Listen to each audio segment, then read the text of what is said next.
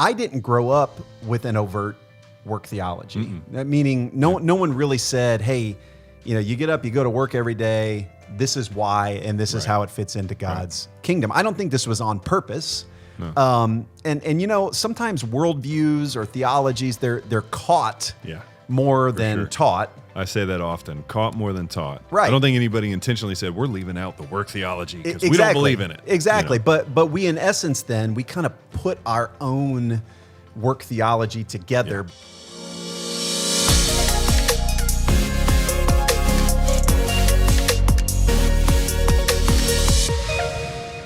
Hey, welcome back to another episode of the Missional Marketplace podcast. Yes. It's good to see you. We're glad that you are here. This podcast is all about accelerating the Great Commission through the marketplace. That's right. We love it. That's our what everything is shaped here at this podcast. If you're watching with us on YouTube, hey, it's good to see you here. If you're listening on your favorite podcast app, we love it. We're glad that you are here. Hopefully you've enjoyed the last couple of episodes. If this is your first time with us, it's good to see you. Welcome. Yeah. Welcome. And if you're back for round four. That's awesome. You may have noticed, if you're back for round 4, something's a little different here. We've switched it up a bit. We've switched places. Yes. If you're watching on YouTube, we are now on the opposite side of the table. That's right. We don't know why. It just felt right. That's why we did it. That's right. And so, but anyway, we are glad that you are here for this episode. And today we are going to talk about theology of work. That's right. Ooh, theology. It's scary. If you didn't like school, all of a sudden you're like, oh no, I'm shutting this one off. But please don't. Hang with us. We're not going to make this a full education on you. But theology of work 101. That's right. Basically is where we're 101 headed today. And whenever I hear 101, you know what it makes me think of? It makes me think of college.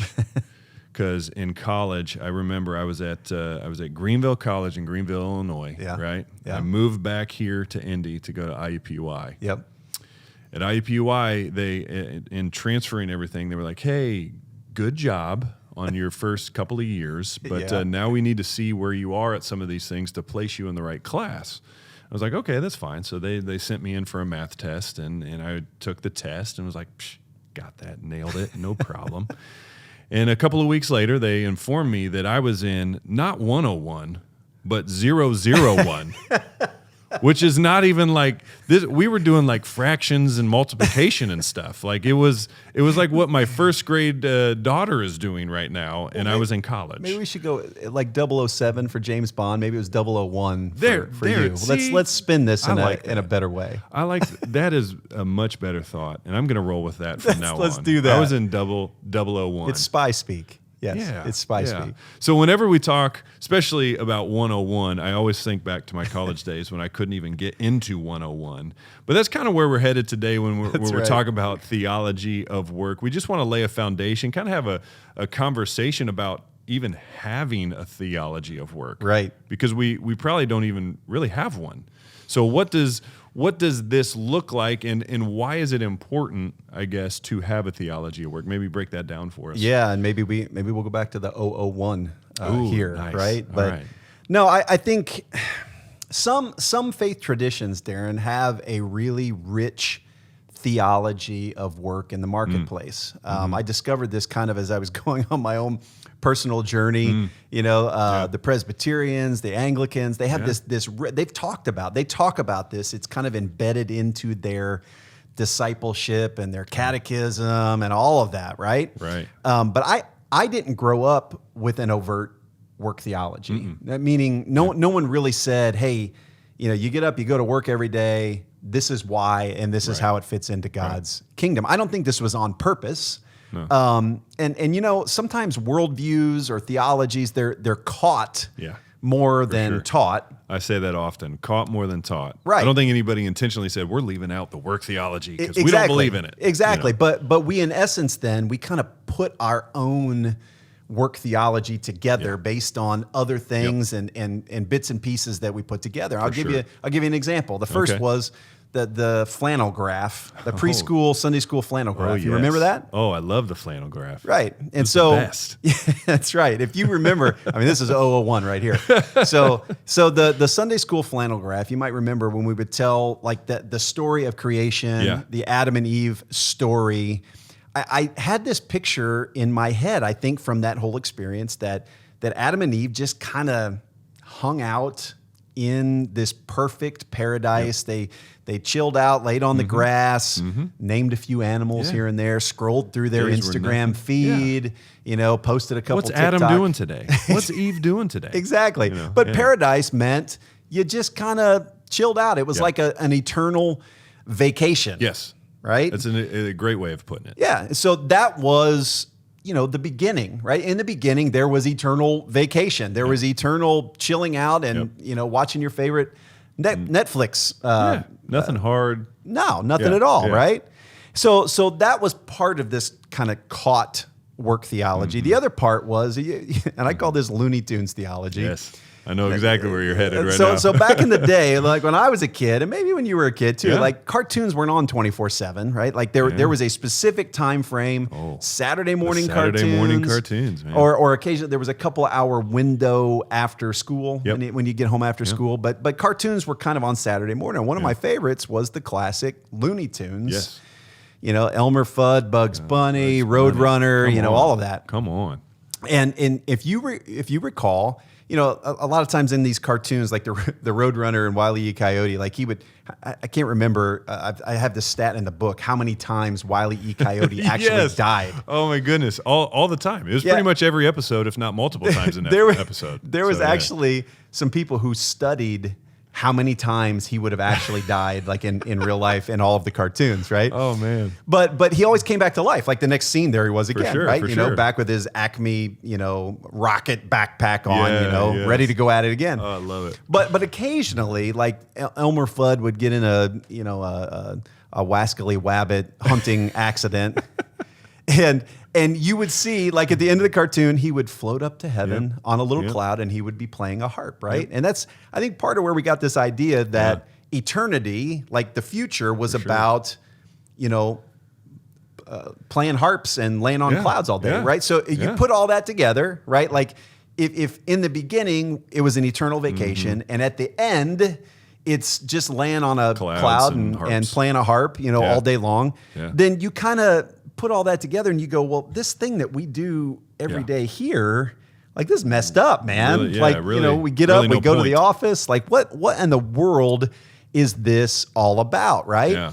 So there's some false narratives and false worldviews, I think, that have been created by this bad theology. Yeah. And like you said, completely by accident too. Like you put those two together as far as, the beginning and then this Looney Tunes idea. Like, because I mean, it's baked into even cartoons as we were growing up. Like this, it wasn't meant to be, this is how it is, but it just kind of happened. It was caught, put together. It was caught, not taught. Because it was not overtly taught, we just kind of put our own together. We had our own worldview. We had our own theology of what the marketplace was. And so for me growing up, it was like, well, the marketplace is just something like maybe you get called into ministry and you get to go do spiritual things, but the rest of us, like a majority of us, like we've talked about in earlier episodes, we're just going to have to kind of struggle through this meaningless existence, trying to, maybe we go out and drag some heathen assets back into the kingdom of God and give them to the people doing the real spiritual work. Oh, here's some money that makes it feel like we're doing something. Exactly. So this, I guess this is really the work theology, the caught work theology that so many of us walk through life with, not understanding what this is that we get up and go do every day. Yeah. And man, I echo all of that. Like even thinking through the lens of my own life, and I know we're 10 years apart on our age there. And no offense, didn't need to. They can, if they're watching on video, they can see that I am much greater. Okay, we see that. We see that. But yeah, like even in my own life, seeing that, and just the way that I picked it up along the way too, and so this is kind of, you're talking about this is how we got to where we are and the importance of having a work theology. So if we're going to maybe step into that next thing. So we're like, okay, Eric, we're with you. Yeah. We hear the Looney Tunes theology and all this stuff, and Right. I'm tracking with you because that was my experience. What would be then a theology of work 101, if you will? Yeah. Take us from 001 to 101, if you will, into what that looks like and how we can look at that today. Yeah, and I think probably just in the remainder of our time, there's 4 keys that I want to look at today, and I'll just tell you, I address this all in one chapter of Missional Marketplace. There are people who are much more brilliant that have written on this extensively. I always point people to Tim Keller's Every Good Endeavor, Great book. Catherine Alsdorf. They just did an incredible job of really unpacking this. In depth, right? Right. This is why we say 101, right? Because it's giving you a new mindset, a new idea or a way of looking at it, so that when you step into work or when you're in life, you can go, oh, I'm seeing this differently. That's right. But yeah, if you want to dive deeper, there are lots of resources out there that can really take you deep. Yeah. So I just want to give you just 4 maybe new lenses to look at your everyday work through. And some of these were really revolutionary for me. Again, growing up with this kind of Looney Tunes understanding. For sure. But the first one, and I don't know, maybe this isn't mind-blowing to everyone else, but it was mind-blowing to me, right? That in the beginning, there was work. Yeah.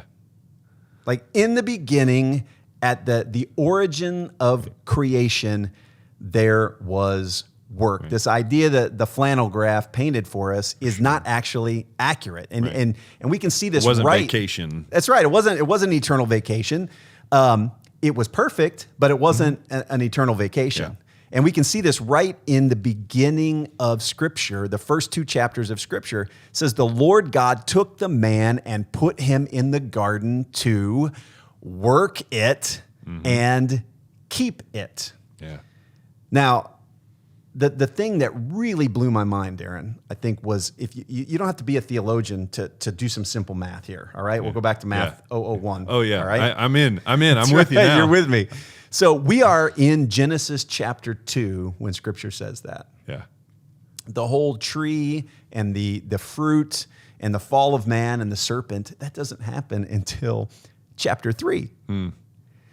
And so work, we see in Scripture, is not some post-fall punishment for sin, which is probably what a big chunk of people feel when the alarm goes off every morning. For sure. Work is not some post-fall punishment for sin. Working and keeping God's creation was the human vocation. It's what we were made for. Now, the fall causes us to experience that work through sin, through thorns and thistles that we see. Experiencing it that way. That's the change, right? That's how we experience it now. But the genesis and purpose of mankind was to work and keep God's creation. And so work was there at the beginning. We were created to work. It is part of our design and part of the human vocation. And for me, that was like mind-blowing. Man, that lens, it just changes things, right? It's like, I mean, I've heard you say, the whole Genesis 2-3 thing before, and it was just like, whoa, I never even thought of it that way, right? Like, because it's just, again, it goes back to what we caught along the way, that we just picked up that this was the way that it was, and now all of a sudden we're seeing, no, there's something beautiful in what we can do and what we can bring forth with the work that we do each and every day. All work, big work and small work. So that's the first thing. And I think that's really foundational. Oh, for sure. That in the beginning there was work. Yeah. The second thing that I would say, just another lens for us to look at our work through, is when we work, we actually reflect God's image. So Genesis 1:27 says, so God created man in his own image. In the image of God, he created him, male and female, he created them. And the Latin term that we see used in theological circles is imago Dei, image of God. Yeah. See, we were actually made to reflect and image our Creator. Yeah. So we were stamped with God's DNA. We reflect him to one another and to the world around us. And part of that image is work. God is a working God. If we go back to that verse that we used in the last section there in Genesis 2, again, it says, thus the heavens and the earth were finished and all the host of them. And on the seventh day, God finished his work that he had done. And he rested on the seventh day from all his work that he had done. Yep. And so God blessed the seventh day and he made it holy because on it God rested from all his work that he had done in creation. So we see a pattern there, right? Yep, like for work, our God is a working God. We were made to image God. And so work is part of that image-bearing function. So again, understanding work is not, so some of you wake up and you go to drudgery, you go to, statistics say 80% of people hate their jobs, right? Yeah. So to understand and to see it back through that lens that we were created for this, it's part of how we image God, it might be a little confusing for people. Yeah. Well, and you see this image of God piece so strong. I know that everybody has a story like this, and I'll tell it this way, right? I had I think it was a 7th or 8th grade science teacher, right?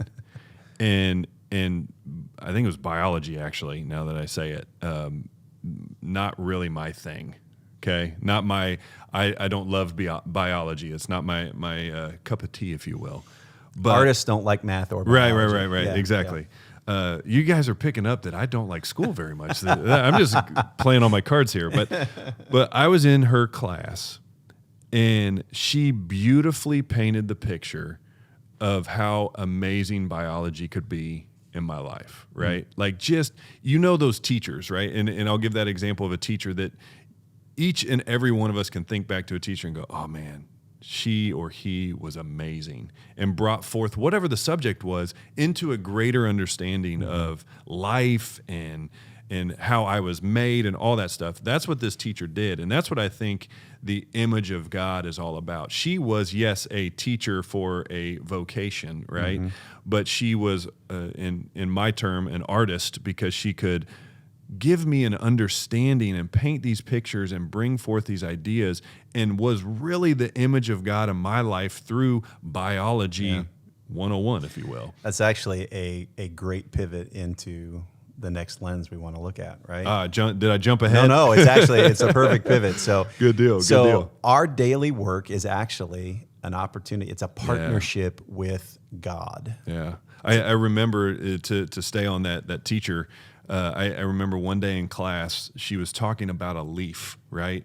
And the leaf, she had one in her hand, and she was showing us how it all worked and functioned and flowed when it was on the vine, and all this kind of stuff would go back and forth. And at the end of it, she's like, oh my gosh, isn't God so good? Let's just give him a round of applause. And just made all of us stop in the middle of class and clap for God. It was just like she was so taken by what he had created that in her work, she was partnering with him to bring that idea of life to life in my own life. That's so it's just and it's here so good. 20, 25 years later, you're still telling the story. Yeah, you still remember. I still think of that. Yeah. I still think of that. Well, let's unpack that a little bit, right? So, like, if our work is an opportunity every day to partner with God, have you ever wondered why, God made a garden? Why God, we look around. Why didn't God make cities? Why didn't He make streets and buildings and businesses? Like, why did if God was creating, you would have thought, he'd be a pretty good city planner. Yeah. He'd be a pretty good CEO, right? Like, he'd be a pretty good, for real. President of the United States, right? Like God would be really good at all of these jobs. Why did He leave them to us? It's because That's a great question. It's our job. It's what we were created for. Again, back to the beginning, Genesis 1:28. God made us to subdue. It says subdue and have dominion over creation. So as image bearers, our everyday jobs, big or small, are opportunities to partner with God to cultivate and care and build and create. Yeah. And serve, right? Like we are actually partnering with God to take His creative order and take it to a new place and to a new level. And so there's a great old quote that I love from Martin Luther, the father of the Protestant Revolution. This is in the 1500s. He said, "God is milking the cows through the vocation of the milkmaid." Yeah. Now we don't have milkmaids today, right?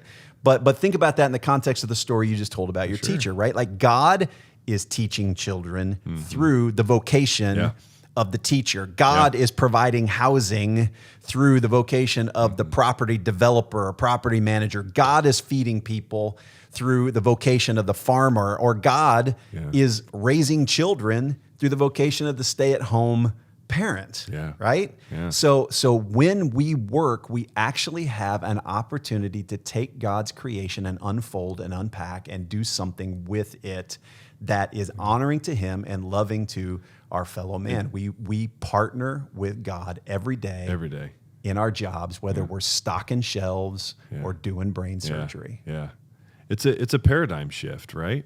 It's a seeing it now through that, obviously there's a couple of lenses that we're looking here, but man, when you realize that you're partnering with God and that as you create things and bring things to life, and as you clean up things or move things, or, it's like all of a sudden it has more meaning than just putting in my 9 to 5, getting the paycheck and waiting for the weekend, which is, the weekend is much like the heaven idea that I had, which is like just some clouds and waiting rainbows, for my cloud and harp. Yeah, waiting for my cloud and harp. Right? Now all of a sudden we can work with passion, we can work with desire, and that's why I bring up the teacher explanation, is because it was those people. When you come in contact with those people, we shared the story of the lady at the airport, the janitor that you had a connection with, and realized that, man, she was connecting, bringing forth the image of God through her everyday work, and it was a beautiful, beautiful experience. And so, what's the now that we have those lenses, what's this fourth lens? Are we on 4? Have I skipped ahead? We're on number 4. We're on number 4. Right, what's this fourth lens? Let's kind of land the plane here with just maybe a bigger understanding that even ties back into last week when we talked about the great story and what the grand story and the grand narrative of God is.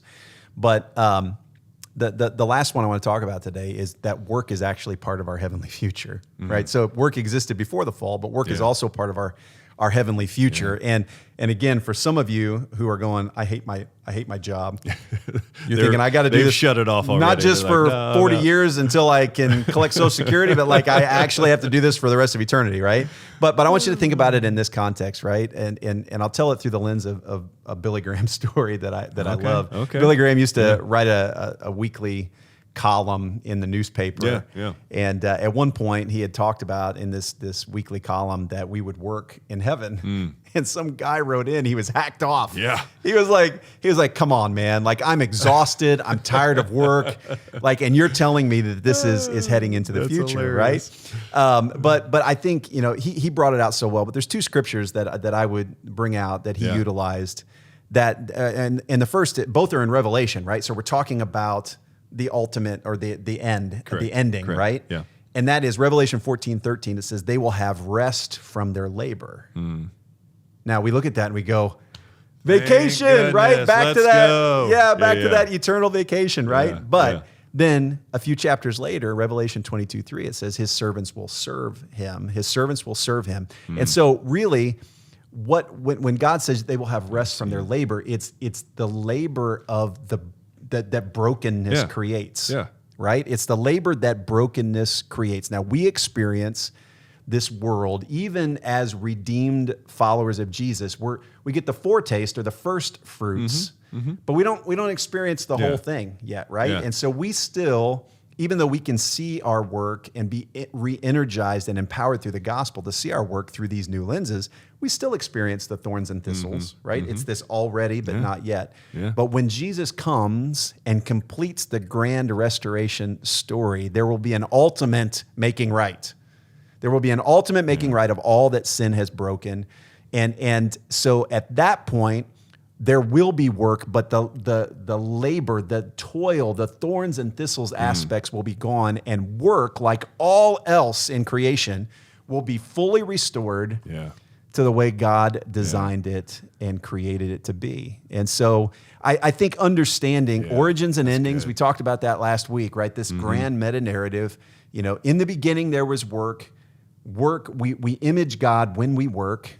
We partner with God when we work, and work is ultimately going to be a part of this perfect, beautiful, heavenly future, this restoration and recreation that God has created. And so I hope to some extent that gives you a little bit of a theology. Maybe you've never thought Yeah. about your work through these lenses.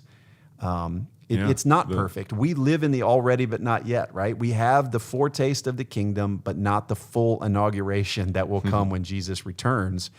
So we're going to experience the thorns and thistles, but we can also experience more and more of the new life that comes through Jesus Christ in every aspect of our lives, including our day jobs. Yeah, that's good. That's good. And yeah, those 4 lenses there, kind of that foundation or that Theology of Work 101 that we've been saying this whole time. Hopefully that's an encouragement to you. I know that even as we're talking today, I'm going, man, that's so good. I've seen it in different ways, and even in the things that I do or I'm going to do this week or this month, right?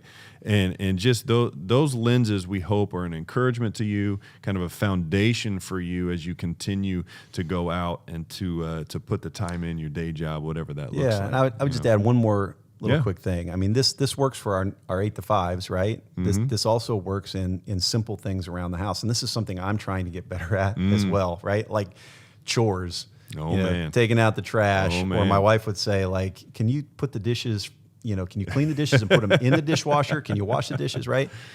Mowing the grass. I always joke about hating to mow the grass and trim and all of those things, right? But like we can even look at simple things like that, right? When we take the chaos of this world and we reorder it, we clean it up. We clean out a cup that we drank coffee out of that morning, and we clean the grounds out and we scrub it clean, right? Like we are actually taking chaos and making it orderly again. We are taking the raw materials of this earth, and we are forming, filling, and subduing dominion over even the littlest of things. And so I'm trying to even get better at that. Seeing it in that light in too. little aspects of life too. Man, that is such an encouragement, because we all experience that. We all have to do those things around the house. If you're raising kids, you're helping them understand that idea, right? There's a lot of chaos to make orderly when you got little kids around the house. Yeah, I got a 1-year-old, man, is like, how did you destroy this room so fast? Like, it's amazing. I'm impressed. I'm not even mad. But even in the ordering of that, like seeing that's such a beautiful thing. And I love that. And so thank you for giving us a little bit of that understanding of Theology of Work 101. And like we said, we hope that's an encouragement to you. And so we want to continue on with this week's missional moment. Talking with our good friend Ryan Crozier out of Romania, who's doing some amazing work there. Yeah. And so let's dive into our missional moment. Well, I'm excited today to talk to my friend Ryan Crozier. Ryan has been doing business as mission for quite a few years now in Eastern Europe, and all of that started for Ryan with a missions trip he took with his father when he was a young man. My dad brought me to Romania when I was 12 years old on a short-term missions trip. Never wanted to go on a trip. He was the kind of guy who said, I'll pay for others to go, but I'm not going. Had no desire to go, but there was something that God did and spoke to him on a Sunday about this trip, that on the way to the Chinese buffet, our weekly routine after church, he always said, Ryan, what do you think about going on a missions trip to Romania? And my first question was, how long is the airplane ride? That's because I'd never liked flying. But we went, and it changed my dad's life and inevitably mine at that young, impressionable age. So as Ryan began to steward this call that he felt into global missions work, he did all the things that traditional people would do. He went to Bible college. He became a youth pastor at a local church. But there was this itch for entrepreneurship that just kept coming back. And so he began to explore that here in a local context as well. I say I sowed my entrepreneurial oats in Indianapolis. I did a wedding DJ. I did a wedding magazine for one issue. I was a real estate agent with Remax. And the thing that I think we've talked about is I started a pedicab company with a partner, the bike taxis in downtown Indianapolis. Eventually, all of this activity took Ryan and his family to Romania, where they had always felt called to engage and fight against the horrors of sex trafficking there in Eastern Europe. But as they began to engage with this ministry, a business opportunity emerged. And we started an organization in the area of fighting human trafficking. in the area of prevention. And what we needed to do is we needed to market it. We needed to raise awareness, not the organization. We needed to raise awareness that human trafficking was happening. And so we started doing campaigns on Facebook and social media, and trying to raise awareness. We didn't have a big budget. We couldn't go to hit every school, but we knew the young people at that time were on Facebook. And so we started campaigns. So my first hire as a nonprofit in Romania was a web designer. And God just started opening doors for us. Within a few months, we were connected with the National Agency Against Human Trafficking, and with the business, what it grew out of that. Our business. So I was sitting there with a team of 3 or 4 people focused on the nonprofit, but no financing. And so I said, what if we start a business on the side? What if we use our skill sets to create a business that can fund our nonprofit? So interestingly enough, I never even intended to have a business. It was like a side hustle. I said it was like Ubering on the evenings to fund our mission.